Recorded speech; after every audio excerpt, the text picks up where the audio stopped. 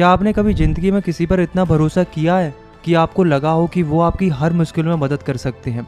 या फिर जब सब रास्ते बंद हो जाए तो क्या आपने कभी ऐसी ताकत पर विश्वास किया है जो आपको हर मुश्किल से निकाल सकती है? आज हम एक ऐसी ही दिल छू लेने वाली कहानी सुनेंगे, एक ऐसे इंसान की जिसका विश्वास इतना गहरा था कि उसने सीधे भगवान को ही लेटर लिख दिया।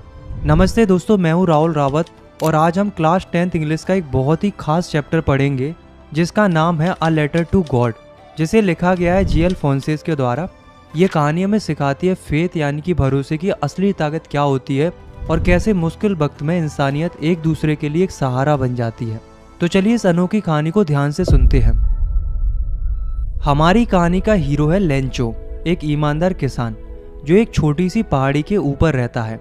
उसका घर पूरी घाटी में अकेला था और उसी घर से उसके खेत साफ साफ दिखते थे जिनमें उसने मक्के यानी कि कॉर्न की फसल उगा रखी थी।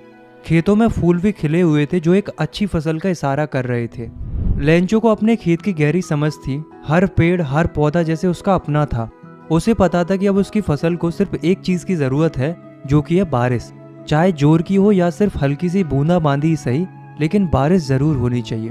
पूरी सुबह लेंचो आसमान की तरफ देखता रहा, बस इस उम्मीद में कि आज बारिश होगी, खास करके नॉर्थ ईस्ट डायरेक्शन में। हाँ, वही डायरेक्शन जहाँ से अक्सर बारिश आती थी। उसकी पत्नी रात का खाना बना रही थी। लेंचो ने आसमान की तरफ देखा और मुस्कुराते हुए अपनी पत्नी से कहा कि मुझे लगता है कि आज सच में बारिश होगी। पत्नी ने मुस्कुराकर जवाब दिया कि भगवान की मर्जी है। और बाकी कुछ ही देर में बड़ी बड़ी बारिश की बूंदें गिरने लगती हैं। लेंचो की खुशी का ठिकाना ही नहीं था। वो तुरंत बाहर निकल गया, सिर्फ बारिश को महसूस करने के लिए। उसने आसमान की तरफ हाथ फैलाते हुए कहा कि ये बारिश की बूंदें बूंदें नहीं हैं, ये तो नए सिक्के हैं। बड़ी बूंदें 10 सेंट के सिक्के हैं और छोटी बूंदें 5 सेंट के। उसकी आंखों में एक अच्छी फसल और बेहतर जिंदगी की एक रोशन तस्वीर थी। लेकिन लेंचो की खुशी ज्यादा देर तक नहीं टिक पाई। अचानक से मौसम का मूड बदल गया। बारिश के साथ साथ तेजी से हवा चलने लगी और कुछ ही पलों में बड़े बड़े ओले गिरने लगे।